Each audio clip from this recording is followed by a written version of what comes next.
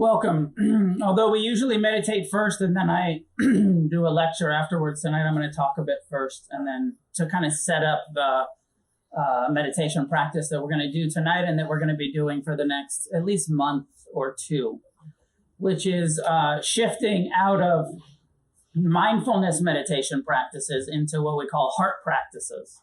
Loving kindness and compassion and forgiveness and equanimity and appreciation. And we're going to spend the next, I don't know, at least 5 or 6 weeks, maybe 2 months practicing heart practice on Monday nights. Those of you who come regularly know that I just finished I don't know what it was, maybe a 3-month series on the Four Noble Truths and the Eightfold Path.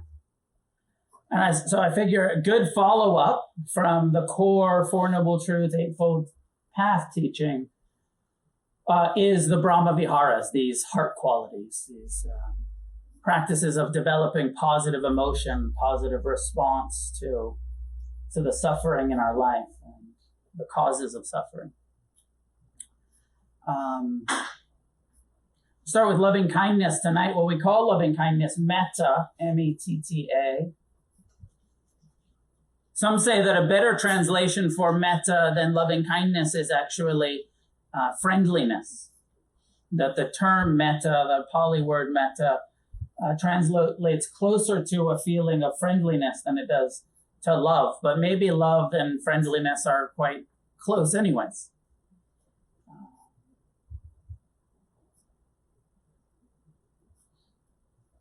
My sense is, and from what I understand, what the scholars think I believe, and what makes sense to me, is that it is quite interesting that loving kindness and compassion are not in the Eightfold Path, the Buddha's Eightfold Path, which we're told, like, here's what the Buddha taught as the path to end suffering.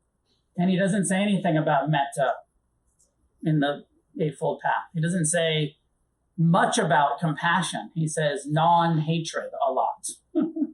The opposite of hatred, which perhaps is compassion, is kindness, is friendliness. But at some point, he began to teach that his experience was when he applied mindfulness, the 4 foundations of mindfulness, the concentration, the samadhi that he had learned pre-Buddhism, his Hindu teachers, his Brahmin gurus taught him concentration meditations. And then he discovered mindfulness when he put together the Eightfold Path, the Four Noble Truths. He just said mindfulness and concentration. Many of you have heard me say this. Of course, I have no fucking idea what the guy's actual experience was. But what I think was that his experience was mindfulness led him to compassion. Compassion wasn't a practice. It was the outcome of his mindfulness and his concentration meditation practices. It was the fruit. It was the result. He said, when I woke up, I no longer was suffering from the clinging and attachment and craving that causes suffering, from the aversion, the anger, the ill will, the hatred that causes suffering, and the clinging to I, me, mine, self-centeredness that causes suffering. So when I woke up from that, I wasn't suffering anymore. All that remained was a loving heart, a feeling of unconditional friendliness towards all living beings. I no longer felt jealousy or envy or comparing mind or judgment or resentment. All of that was gone in the awakening that mindfulness led to. And what remained was compassion for my own pain and for everyone else's as well. Both internal and external, a feeling of tenderness, of mercy, of care towards all of the unpleasant shit we experience in life, both ourselves and others. So much, the first noble truth, dukkha, suffering, so much. The appropriate response is to learn to care about, to be friendly and compassionate. He says, all that remains is appreciative joy. He says, now when other people are happy, I'm no longer jealous or envious or feel left out. I celebrate other people's happiness, their successes, their well-earned joy. Now there's a empathy for the happiness of others. And it is all balanced in this wisdom heart of equanimity, of understanding that everyone has their own karma, everyone's kind of doing the best that they can. Not really, though. Kinda. The Zen master said, you're all perfect, but there's room for improvement. You're already perfect, but there's a lot of room for improvement. Doing the best we can, but kind of half-assed a lot of the time. Equanimity. So over the next few weeks, I might actually spend, we'll see. I'd like to go slow through loving kindness practice. Like actually maybe tonight, we'll just do loving kindness for ourselves. And then next week, we'll start to expand it and include other people. And we'll kind of slowly go through this practice. And actually, I hope that people, many of you are committed Sangha members, and some of you are here for the first time. I'd like to encourage that you take what we're doing into your home practice and consider like all week loving kindness for yourself as your meditation practice. As we do it tonight, take these instructions and set aside some of your other practices or add this to your other practices. And as a community, say, hey, let's together for the next month all practice this thing together and come back together every week and see where it takes us, see what kind of shifts happen in our heart and our mind through practicing certain techniques together.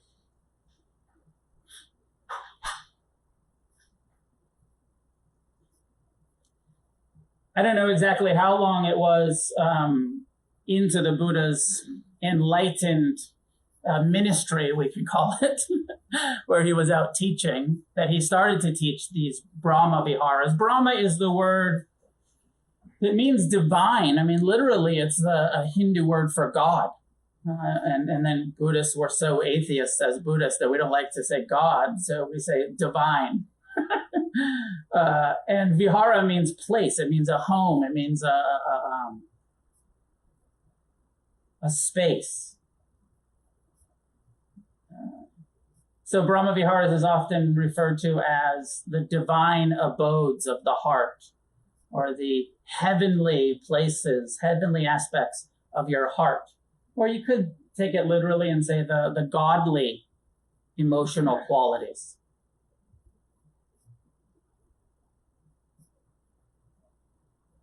But at some point, I'm told that the context of this sutta is that some of his students came to him and said, we are diligently meditating, but we're afraid all of the time because we're out in the forest and we're doing the mindfulness and we're doing the concentration and we're sitting still and we're following the rules and we're practicing, but we're practicing in the forest and we feel like we're being attacked by malevolent tree spirits of the forest. And we're afraid of them and we're angry at them, and who knows what the context with. I have my own sort of irreverent, like, these guys came and said, we're afraid of the dark and the wind won't shut the fuck up and it's disturbing our meditation. And he said, well, if you create a friendly attitude towards the environment that you're in and to all living beings in the environment, both seen and unseen, if they're people or if they're tree spirits,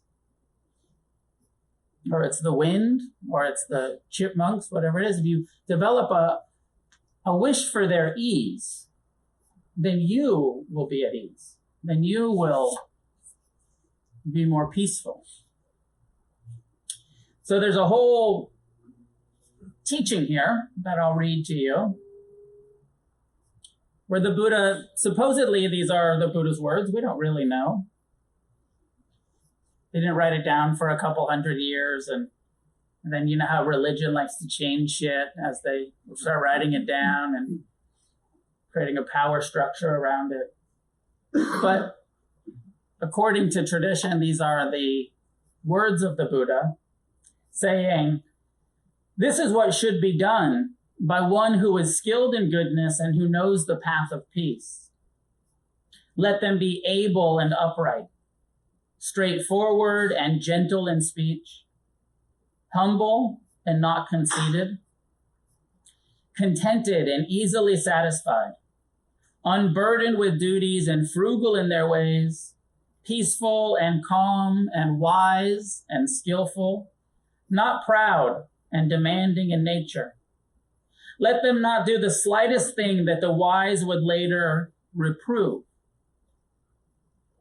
So just reflecting on that, like these are spiritual principles that we are encouraged to apply to our lives. Next comes the meditation instruction, but that first whole chunk is about humility and honesty, being straightforward, being frugal, calm and skillful. And I like this line a lot about, let us not do the slightest thing that the wise would disapprove of. There's this whole intention to be blameless, to live our life in a way that would not be reproved, disapproved of by wise beings. Very important that we add this, the wise would disapprove of, because it's impossible to please everybody all of the time. We're not trying to, there's always going to be haters for sure. The Buddha was not approved of. He was an enlightened being, as we're told, and he was hated, public enemy number one. There was assassination attempts, there was false accusations, there was all kinds of drama in the Buddha's life, because he was doing something so radical that was such a departure from the cultural norm and the religious norms. So I think it's important for all of us to say, like, oh yeah, we're not going to be approved of and praised by everyone. So sometimes we're going to be criticized. It goes with the package. There's a whole nother teaching on praise and blame. But I like this.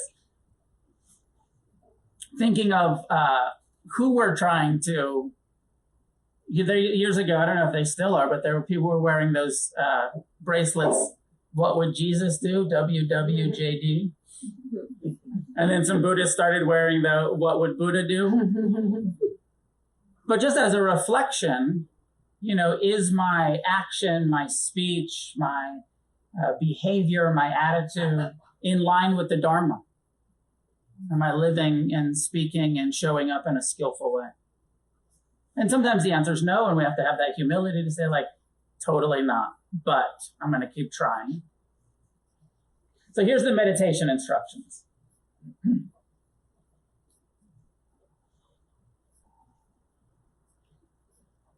It's translated as wishing.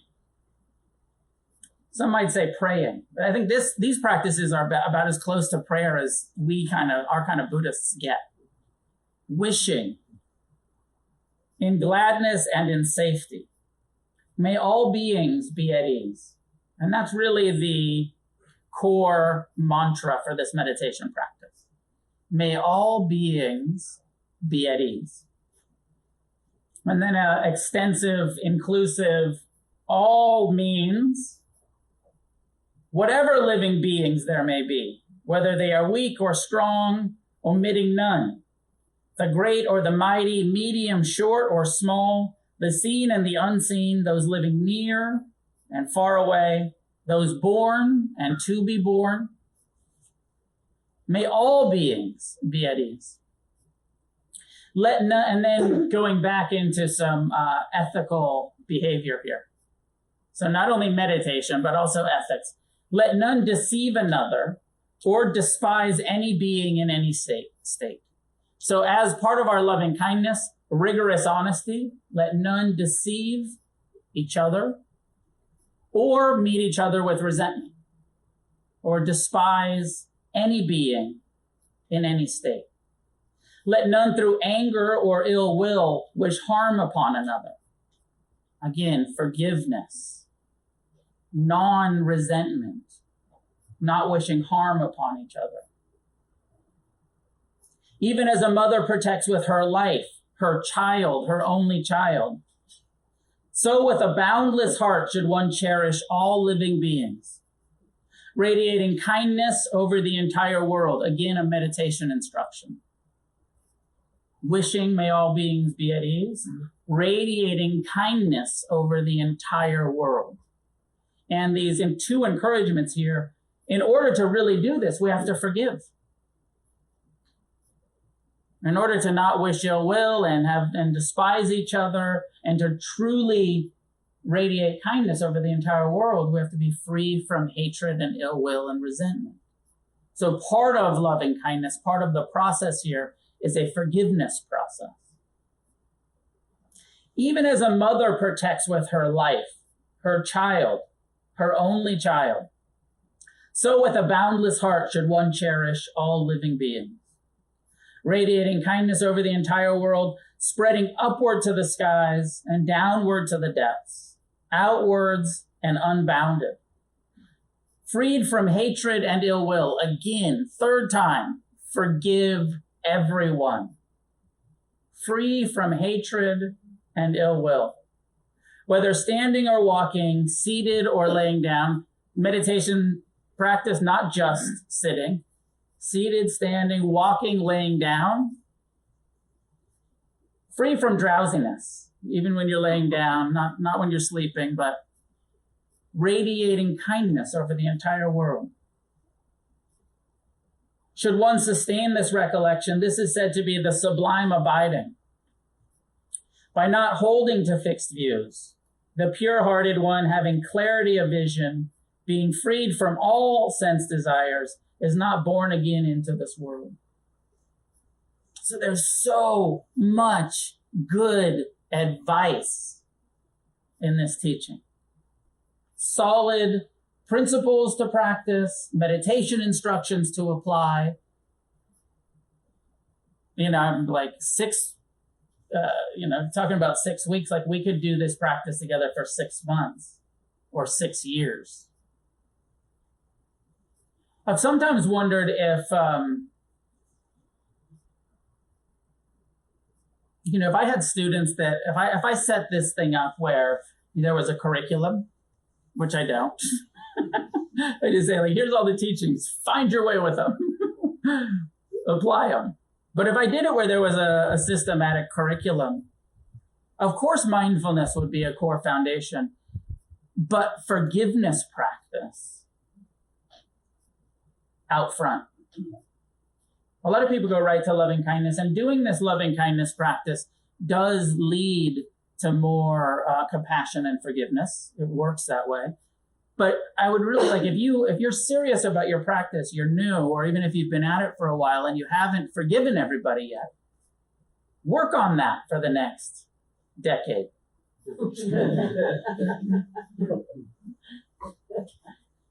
In order to really be able to have an open heart and this kind of beautiful experience that's being offered to us, it can't coexist with resentment. Resentment blocks friendliness, blocks kindness. And we like to try to think that we're so compartmentalized, like it's okay to hate some and love others. And that's normal. But that's not what Buddha is encouraging. He's encouraging a very abnormal state, a very radical state of the human experience where there's no hatred and there's really just kindness and friendliness. Not that the mind doesn't judge and resent. I mean, I wonder what the enlightened Buddha's experience was when people were attacking him. There's one sutta where he says, I got so annoyed, I just walked away from the whole community. So he still had some, even though he was awake and he had compassion, he still had some kind of intolerance at times for drama. He was just like, fuck all of you, I'm out. They had to go find him and bring him back to the community and we'll behave, we promise. Okay, the Buddha probably doesn't say fuck all of you. You know what I mean.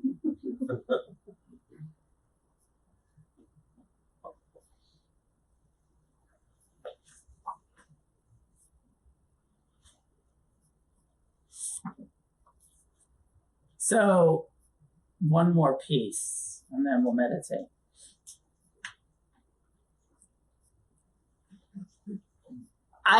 This is early Buddhism. This is in the suttas. This, again, is attributed to the Buddha. I'm not sure. I'm skeptical of religion. And when they say, like, the Buddha taught this, I'm like, maybe let's investigate that. And I encourage you also to have that attitude towards, like, this is the word of the Buddha. Maybe some of it is. Some of it probably isn't. Here's a list of 10 things that the Buddha said would happen, benefits of practicing loving kindness or unconditional friendliness meditation, metta. Number one, if you practice metta a lot, like if you practice metta all week, all month, all year, all decade, he said, you will sleep easily. So, and for anybody who has some insomnia, anxiety, don't sleep so well, metta is supposed to help a lot. And you will wake easily. Number two, if you're like not all of the people are like, I'm not a morning person.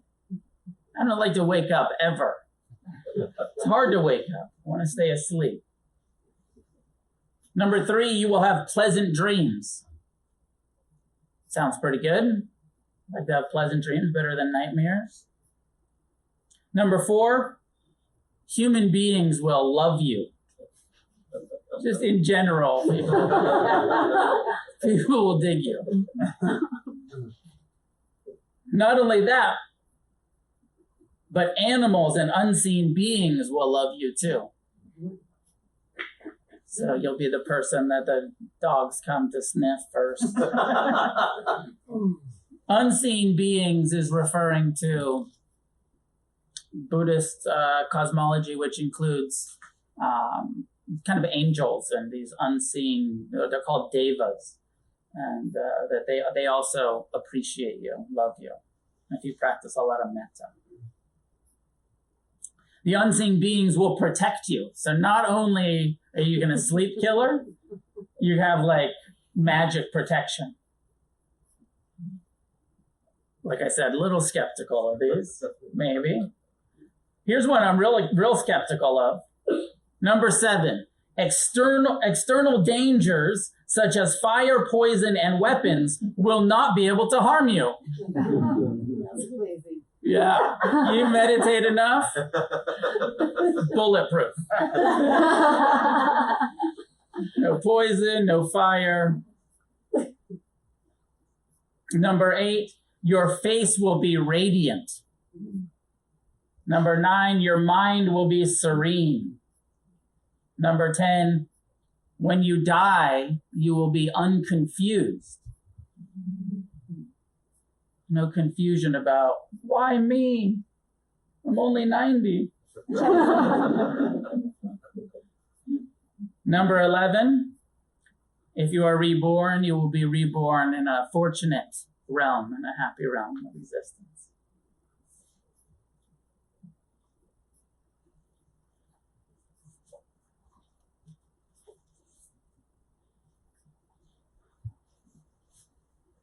In the earliest teachings, this practice is done, as it says here, by radiating. And the instructions are radiate this attitude of loving kindness, this feeling of unconditional friendliness, this wish for all beings to be at ease in all directions. Later, in the Theravadan Buddhist commentaries, it gets broken down rather than into directions, into 5 categories. In the Visuddhimagga, which is the core Theravadan Buddhist commentarial-based how to practice Buddhism, Buddhaghosa, who's the author of that text, and it's comes I think about 700 years after the Buddha. So now Buddhism's been around for 700 years, and this teacher says, here's how to practice loving kindness. He says, break it down into 5 categories. Send loving kindness to yourself. You are worthy of your own wish for ease, for well-being, your own kindness. Send loving kindness to your teachers, your mentors, the people in your life that are easy to love, that make you feel kind, that make you feel that sort of ease and friendliness comes easy towards them. Send it to them. Send it to the neutral people, this whole category of coming to understand that just like me, you want to be happy. You want to be at ease. And that's true for everyone in the room. And that's true for everyone driving down Lincoln Boulevard in the traffic. And that's true for everyone on the other side of the planet with different religious views and different cultural norms. And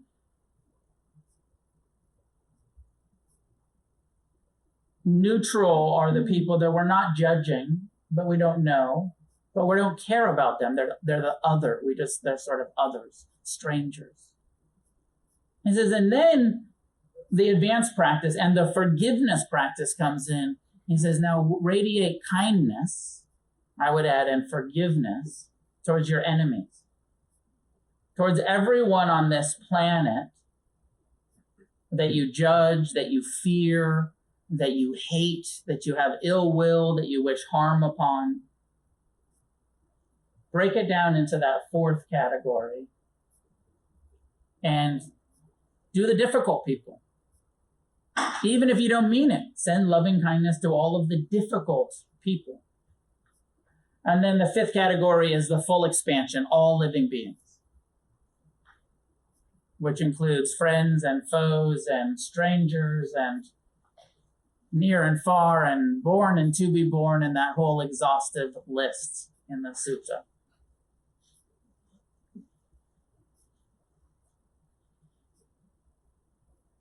But tonight, let's just start with ourselves, which for some people, oneself, is the most difficult person. A lot of people report they find it easier to be friendly and kind towards other people than it is towards themselves. We live with a mind that has so much judgment and so many bad habits and fears. And tonight, let's just send loving kindness to our own minds, to our own bodies, to our self, for lack of a better word. So find a way to sit that feels comfortable enough, upright, relaxed.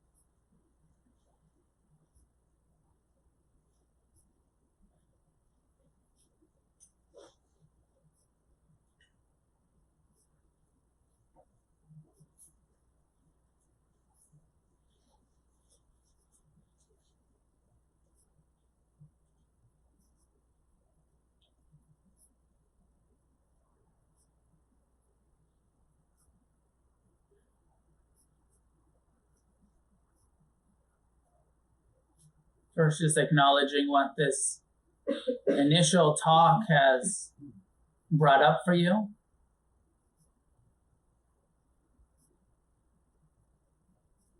It's encouragement towards kindness and forgiveness.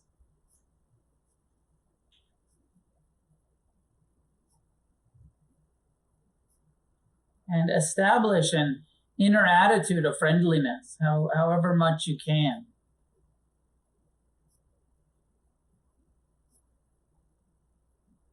Perhaps even just saying the phrase, may I learn to be at ease with myself just as I am. May I learn to be at ease with my mind,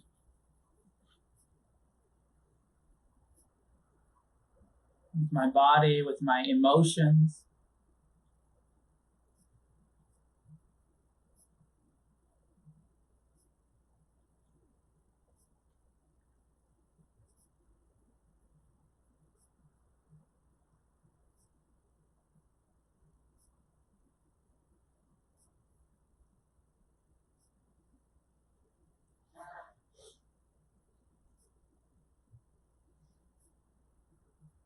The instruction says to radiate kindness over the entire world. But as we begin with just ourselves, the practice is to radiate kindness over your entire being.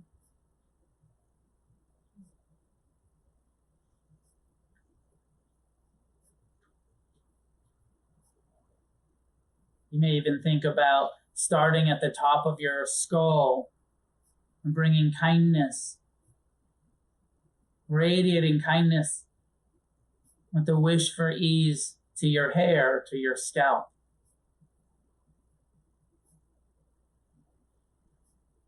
Like you're pouring loving kindness into your being, to your brain, this human brain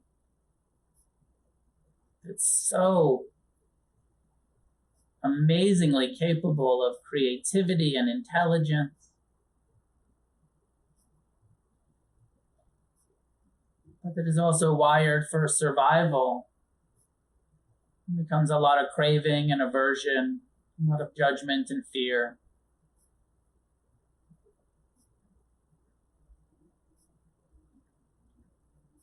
Send kindness to the scared animal of the mind.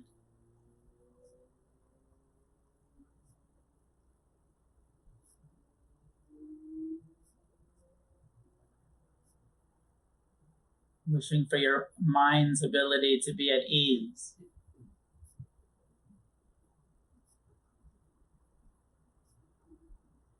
Not perfect, but accepting, friendly.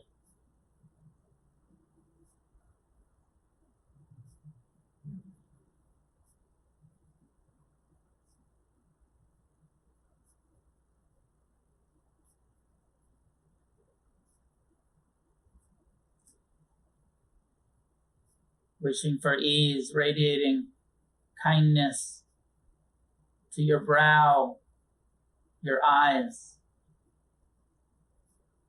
to your nose and mouth.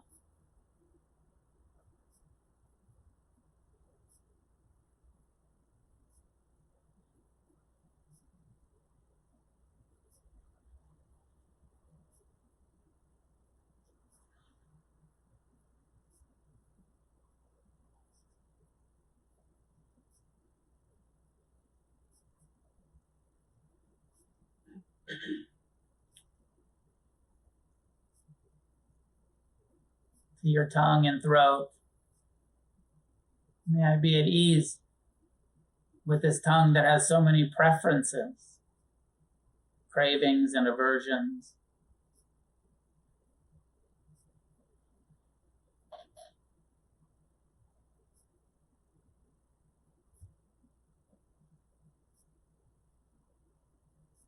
Pouring the attitude of friendliness, of loving kindness, down into the neck and trunk of the body.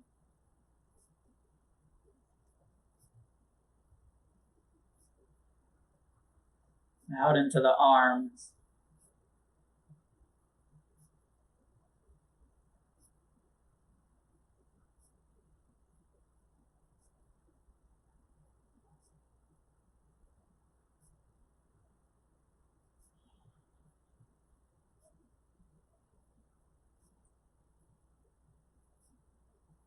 It's more about generating a feeling of kindness, of friendliness, than it is of saying the phrases.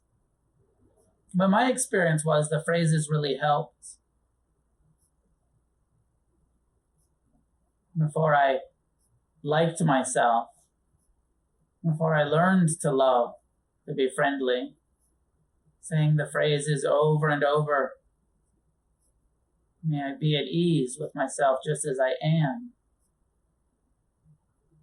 helped create a neural pathway of friendliness.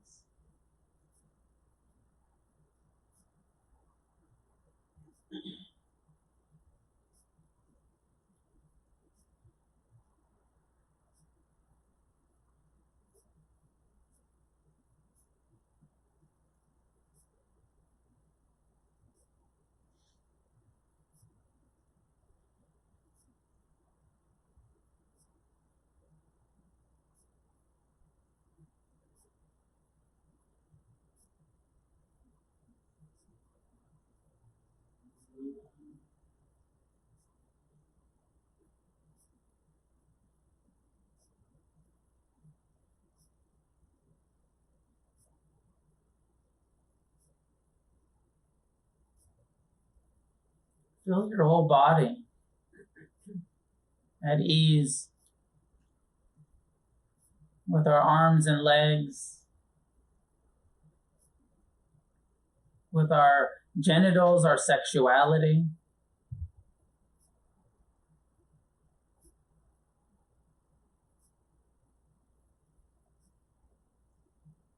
May I be at ease in this human form, this body, this experience of being. Meeting yourself with kindness as much as you can in this moment.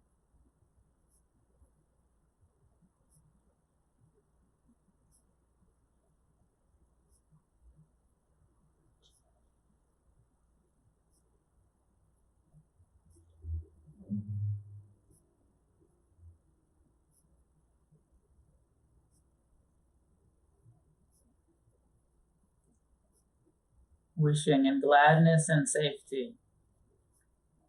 May I be at ease.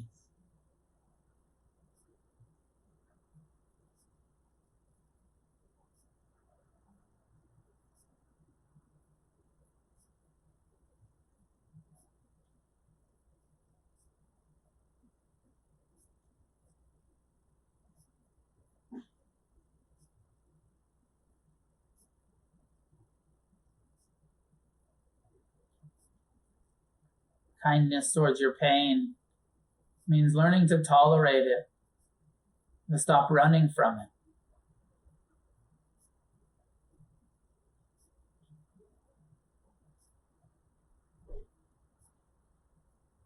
Kindness towards your pleasure, your joy, means to stop clinging to it. Let it be impermanent.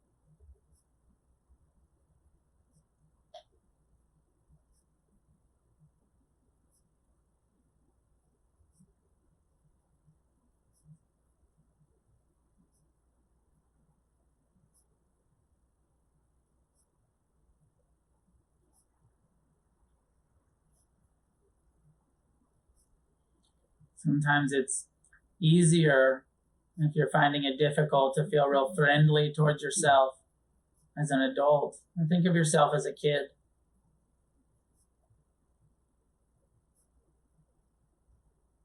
Sending loving kindness to that child that would face all of the difficulties you faced, that reacted in all of the ways you reacted. Send kindness to the kid.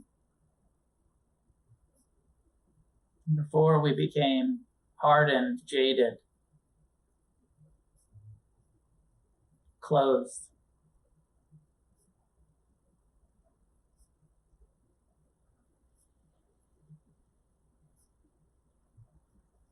And loving kindness to yourself as a teenager, as a young adult.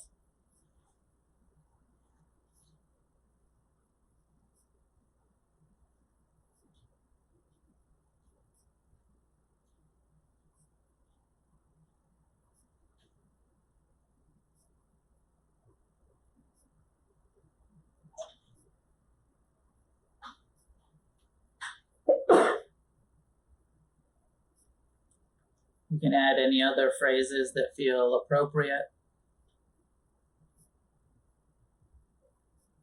The 3 phrases I learned were, may I be happy, may I be at ease, and may I be free from suffering.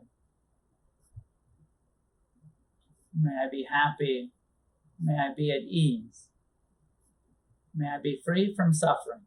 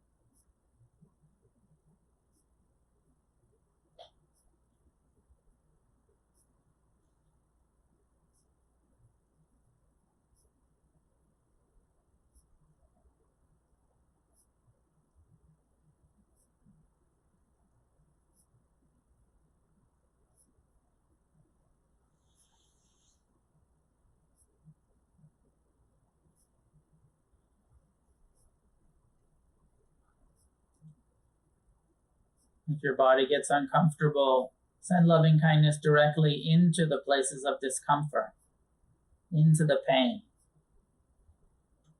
Breathe into it, soften around it. Send kindness and wishes for ease in the midst of discomfort. May I be at ease with my pain, physical or emotional.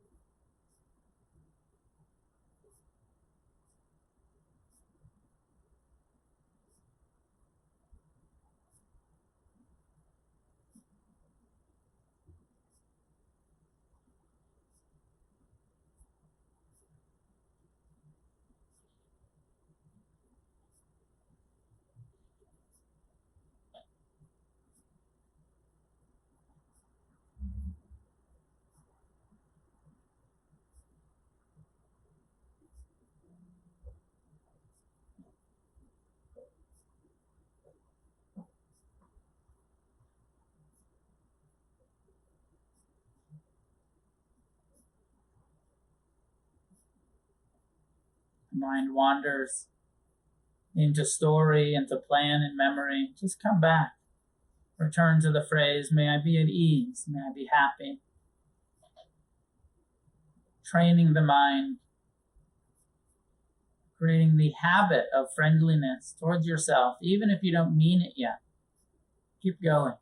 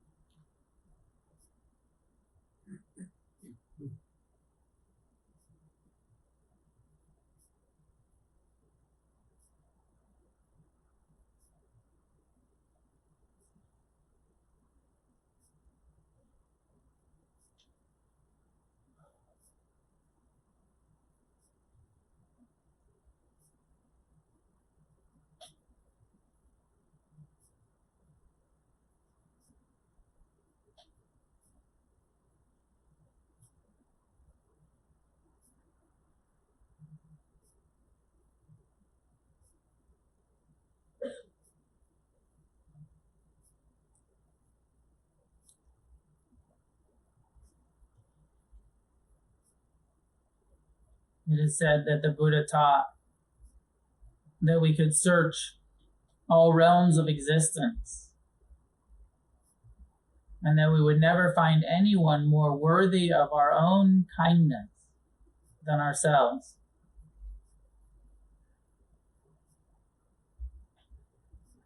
This is a practice of that kind of understanding of your own worth and your own ability to be kind, to be forgiving, to be loving to ourselves.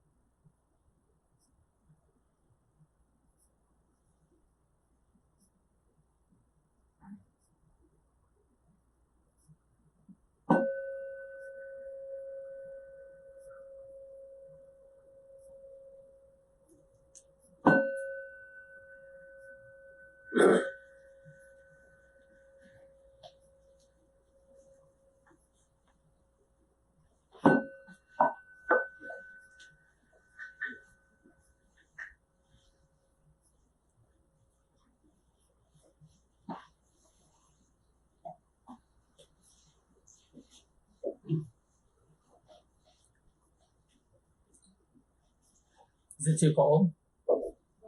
Is that unpleasant? Do that so that you have something to practice with. I don't want you to be too comfortable. Too comfortable, no opportunity for compassion.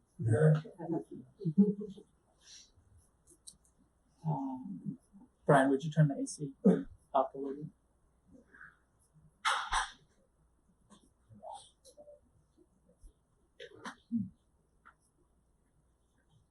So before we discuss, as is becoming my habit a little bit, I ask you to reflect a little bit. Think about what just happened in your meditation.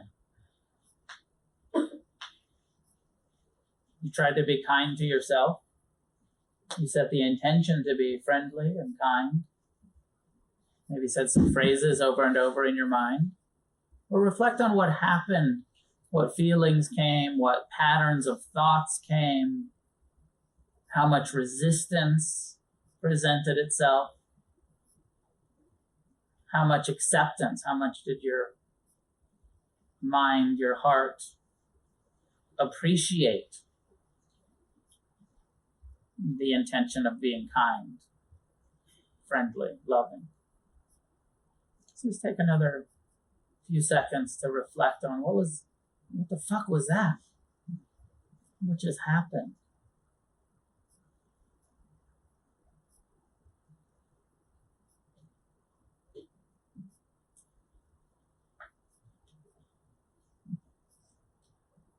And if you're interested and at home, and you could bring it in here too, to start a meditation journal. After you meditate, to journal a little bit about what's happening in your practice. It might help you see more clearly and actually make more progress. To reflect after the meditation, journal a little bit what's going on. Because sometimes we do it and then we just keep going and you don't really glean some of the insights that are happening. But reflecting on it a little bit more, I believe, will help. So any questions about the instructions or this perspective, please? Two Yes. questions. Yes. One is there a difference between being at ease and accepting? If there is, how does one avoid complacency? And the second question is, the first platforms creating metta toward oneself. The others are all toward another. Is it useful or appropriate to consider oneself another? Let me start with the second question first because it's easier. The two questions were, I don't know if everybody could hear, and then also for the people at home. The first question was, is there a difference between acceptance and ease? And how do we avoid complacency? If we're too accepting, and what's the difference between that and complacency? And then the second one was, if we're radiating in the rest of the practice to other, can we make ourself an other? Right? I mean, I kind of feel like we are kind of making ourselves another by just saying, in this instruction, I was saying, may I be at ease. But sometimes, like when I talked about send it to yourself as a kid, may you be at ease. So sometimes it's very interchangeable. I don't think there's a wrong way to do it. You can say, may I be at ease, or you can visualize yourself in your current state as an other and say to yourself, may you be at ease. It's really nice. I didn't do it tonight. I just forgot. But it's really nice to actually say your name to yourself. Alan, may you be at ease. To yourself. I say to myself, Noah, may you be at ease. Or Noah, may I. And there's something about hearing your own voice in your own mind with this friendly, that is a little bit of that kind of creating the other. I'm sure you've heard me say that when I started these practices, especially the forgiveness, but also the loving kindness, I was pretty young anyways, but I had so much resentment and self-hatred towards myself that I just couldn't with any sincerity say nice things to myself. It also felt unsafe. It felt too vulnerable for me at the time. So somebody said, send it to yourself as a kid.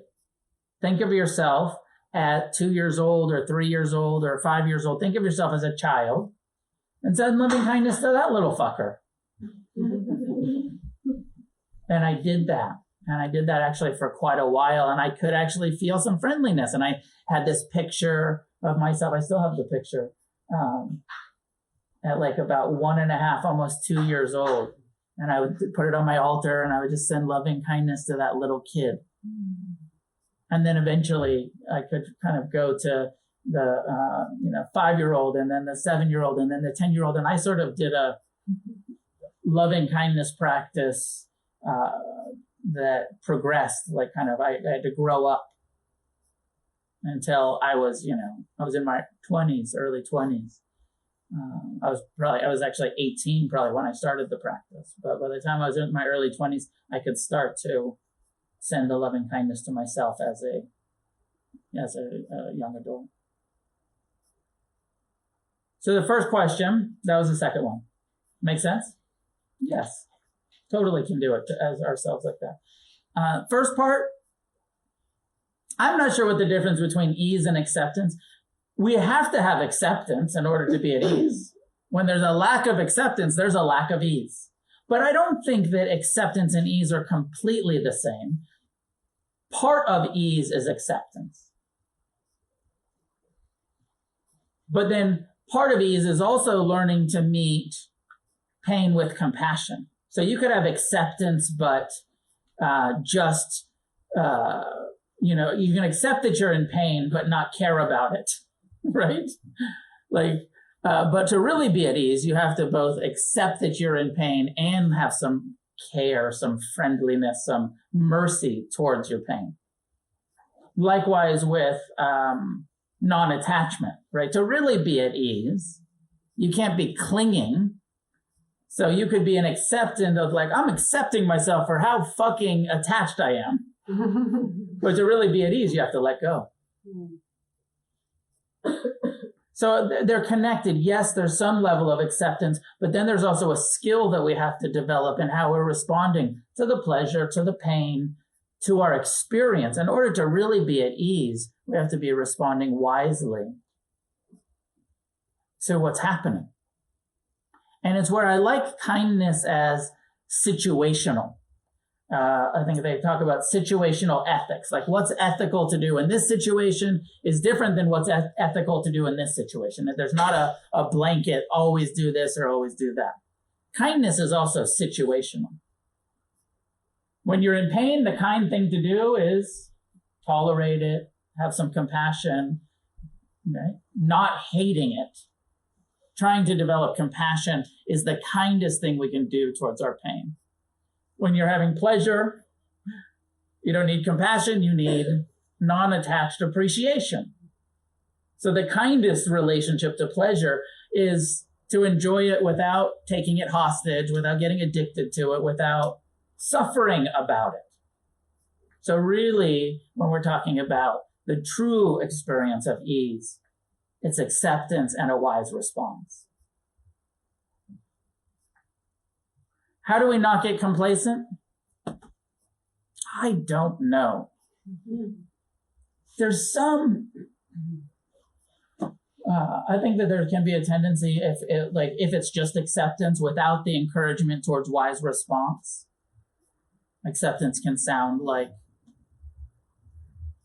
complacency and stagnant and becoming a doormat for the world. Just accept everybody the way they are. It's like, yes, and learn to respond wisely.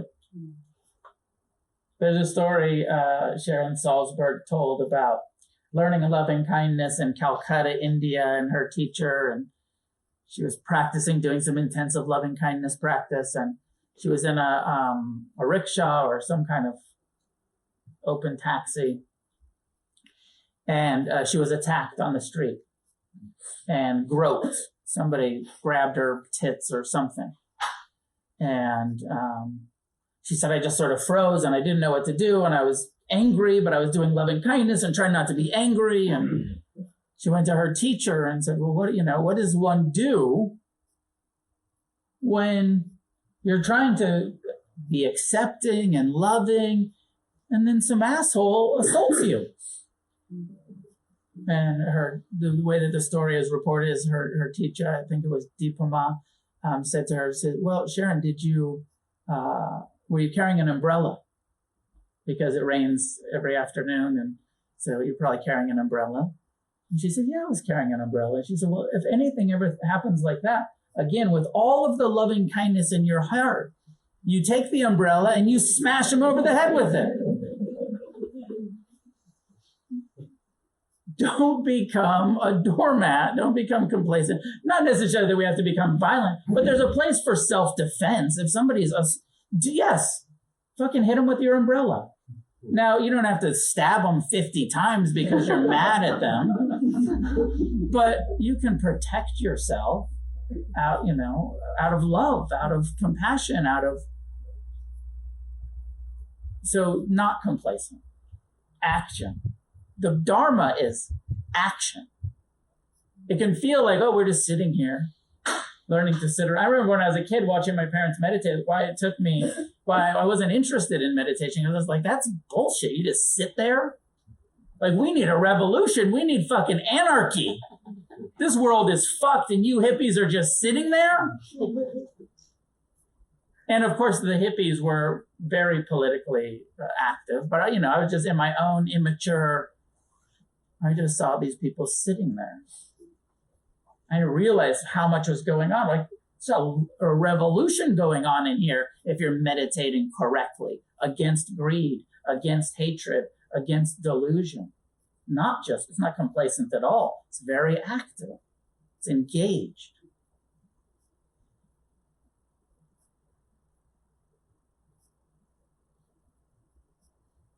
My nickel's worth. What else? Thoughts, questions? In the back, please. So, I didn't really get the point of meditation at first, but I came last time for the first time and I did mindfulness with you, and I felt it really opened up the spiritual pathway. And this time I was really flooded with a lot of joy and didn't see the point at first again. And I realized that my inner child was coming out and I was actually laughing and being happy again. I realized it's the first time that I have been kind to myself in such a long time. And I processed a lot of my emotions and a lot of my feelings and a lot of kind of what I'm going through in life. I've had suicide attempts and I'm, struggling with addiction. And it's just, I realized that I hadn't laughed in probably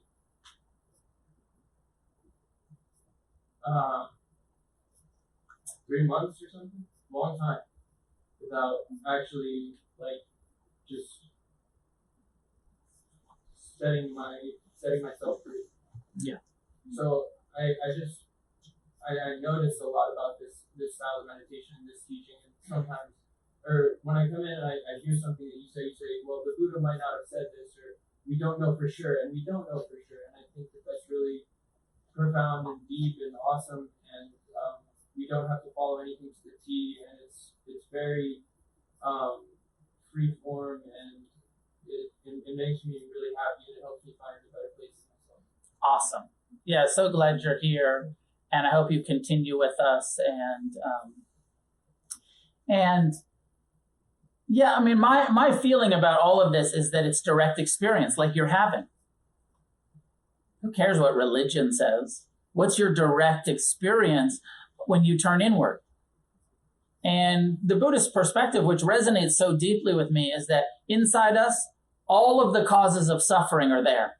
All of the greed and hatred and delusion and suicidal ideation and craving for non-existence is in all of us. But also love and kindness and compassion and joy and liberation is also there. It's what are we looking at? What are we uncovering? What are we developing within ourselves? And like you, after a lifetime of suffering and suicidal addiction, and this practice was the only thing that gave me any hope. And so I kept doing it and kept doing it, and it didn't work slowly. I mean, I'm stoked for you that doing loving kindness for the first time, you had some joy. It took me like 2 years, to crack a smile on the meditation cushion. So there's something in you that is ripe and that is kind of like, yes, I just needed permission to be kind to myself. And it's part of what the Dharma is doing, is it's giving us permission to be kind and loving and forgiving, and not just permission, but encouragement. And so thank you. I'm glad you're here, and it'll get different. Like if everything's impermanent, everything will be different, and I don't want to scare you, but you might be a little bit fucked. Since it's good in the beginning, and then later it'll get difficult. You'll be like, but it was so good in the beginning. Just like those first bong hits that I could never get back to. Sometimes meditation is like that too, where you're like, that was amazing, and now boring. It was so good when I started, and now just judging mind. Anyways, I hope that's not your experience, but if it is, keep doing it anyways. Yeah. In the back, please. This I've been coming here for almost a little over a year now, and last year, this is what I grabbed onto in my addiction and what worked. I'm seeing right now is just meditating. I'm just I kind of just my whole life I just have thought my self-worth was not. I wasn't worth. I wasn't as good enough as my brothers. I wasn't as good enough this, that, and other. You know what I mean? And it's all coming to the surface right now. You know, in a time where I'm suffering the most. You know what I mean? In a time where, I'm suffering immensely right now in all aspects of my life. And the only thing I do is I do come here 3-4 days a week. You know what I mean? Yeah. But then my patience is like, why the fuck isn't anything happening? Yeah. You know, why am I still feeling like this? Why am I still just wanting to cry or scream or just have zero tolerance for the public, which I'm a really nice person. And it's just coming to the point where it's like, I'm going to take too long to put the dollar in the bus thing and just fucking, I want to get out. Let me, are you staying sober? Yeah. That's where you have to start. I know. I mean, keep meditating, even though you're not staying clean. But to do the healing that you want to do, you have to get clean first. Because with an altered mind, you're not going to be able to love yourself. And you're not going to be able to be patient and accepting and kind and tolerant, and especially using the way we use. And I know you're hanging in there, and I love that you keep coming. And you're welcome here, but you got to get clean first. And then you can do the work. I'm on the street, so it's like, dude, I don't want to even feel that. I get it. And half of the people here have been exactly where you are. We've been there, and we've all gotten it together, and you've gotten it together in the past too, and you know how to do it. And you have a room full of people that will support you in doing it. And I'm happy to talk to you afterwards, but that is it. That's the foundation for freedom that you want. To heal those wounds. Those are real wounds. But in order to heal them, abstinence first. And that's where the healing will begin.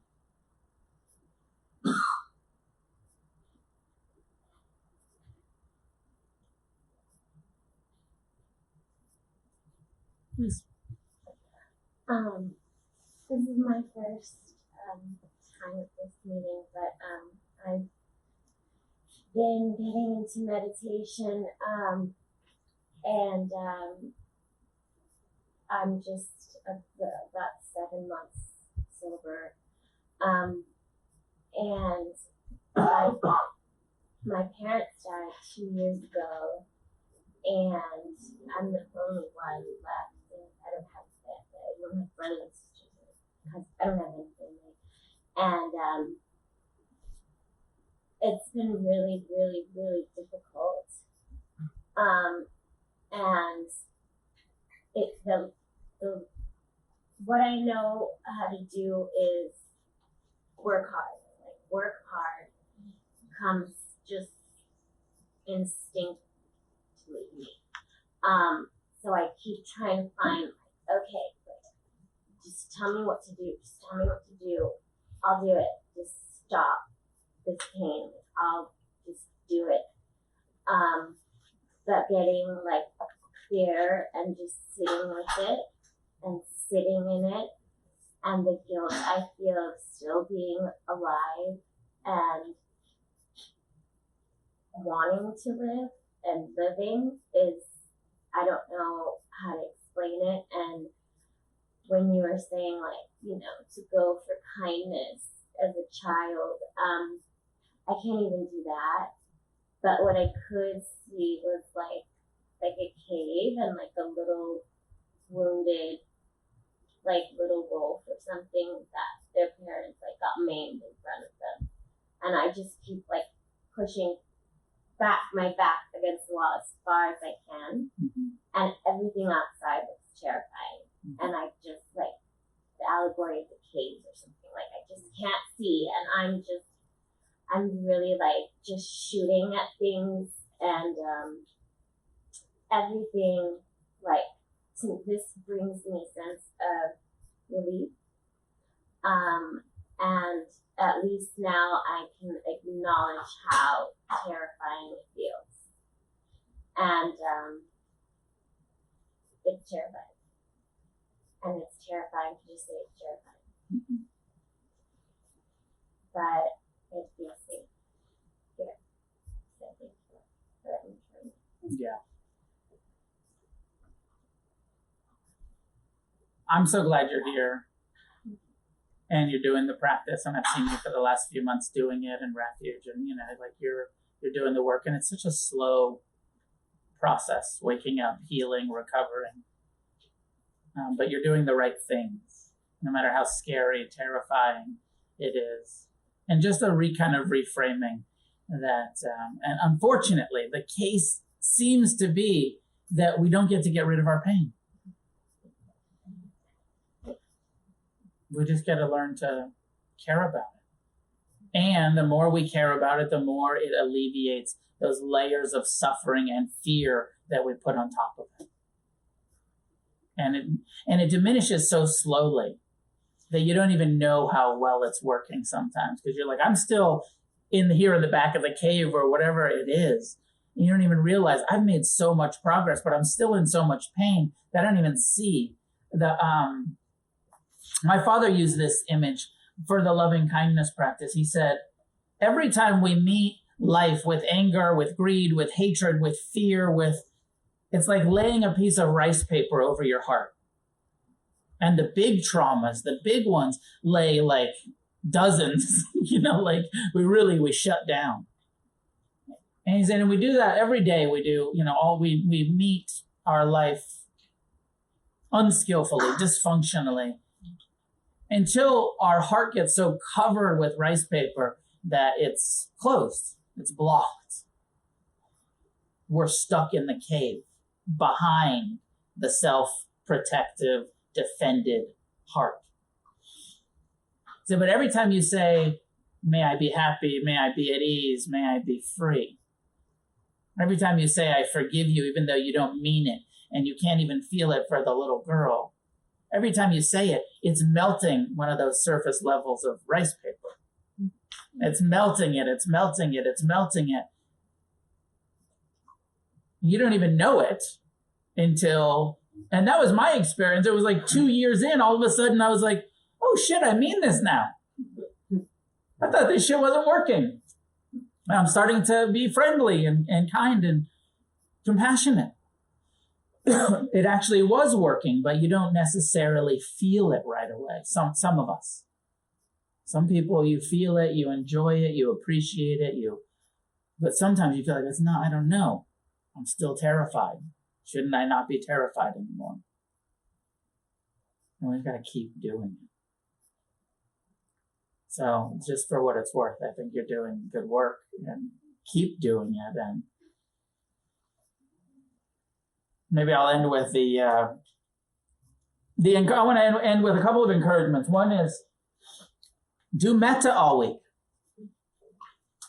Come back next Monday, but do the practice all week for yourself. And do it when you're at work. May I be happy, may I be at ease, may I be free. And do it when you're in traffic. May I be happy. What did the sutta say? Standing, walking, laying down, taking a shit. May I be at ease. Every aspect of your life, sex, money, bring this attitude of friendliness to everything that you engage with, that you do.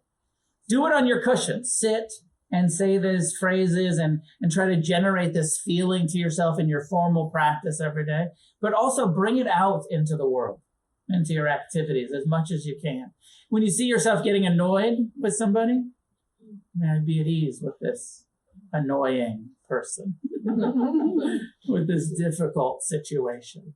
Just remind yourself. And you're not going to do it. None of us are going to do it perfectly, but it's like all of the Dharma. It's an aspiration. We're aspiring to this kind of awakening, to this kind of wisdom. And you just keep practicing.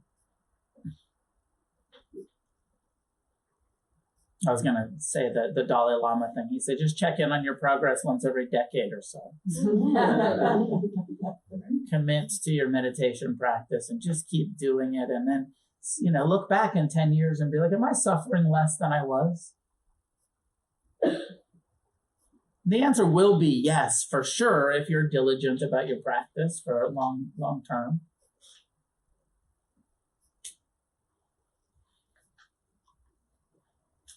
I was reading out of Heart of the Revolution. If you want to pick up a copy, we do have a handful of copies here, and it would be a good companion to this month's practice, where it's got all of the teachings on loving kindness and compassion and forgiveness and equanimity and appreciation, and everything that I'm going to be covering in the lectures is also in the book if you're interested. A couple of announcements are, could use some volunteer help. I had my volunteer bathroom cleaner disappeared. Willing to help clean the bathroom? Okay, cool. Let's talk after. And maybe somebody to sweep the stairs once in a while after a Monday night class. Yes, I did it today, so don't worry about it today, but maybe next week. 2 retreats coming. Yeah, question or? Okay, yeah. Tonight we don't need it because I just did it, but maybe next week. I'm also available for one-on-one counseling, guidance. People want to talk one-on-one. I have a master's degree in counseling psychology. Happy to do therapeutic counseling work with you. Also really happy to just talk about the Dharma with you and guide you in your practice and support you in your practice if that's what you're interested in. Feel free to talk to me afterwards. And 2 residential retreats coming up. October, 7-day retreat, and January, 9-day retreat. Information is on the againstthestream.com website or Rebel Saints Retreats. Come sit with the Sangha for a few days, and it really does something powerful for our practice to go into silence and to go into retreat. I think that's it. Class is done by donation. Please be generous. There's bowls over there. Chris will be at the desk if you want to make a donation by using your card, swiping your card. Encourage a $15 to $20 donation. If you can afford that, it's greatly appreciated. If you're in a place where you can't afford that, know that you're welcome here, regardless of ability to pay. That's why we don't charge at the door, to keep access, to keep everybody able to come, whether they can afford it or not. And hope to see you again soon. It is believed that merit is something that is developed through the practice and discussion of the Buddha's Dharma. May this merit be gathered and extended outward in all directions, shared with all living beings. May each one of us awaken, heal, recover, And together, may we create a positive change on this planet.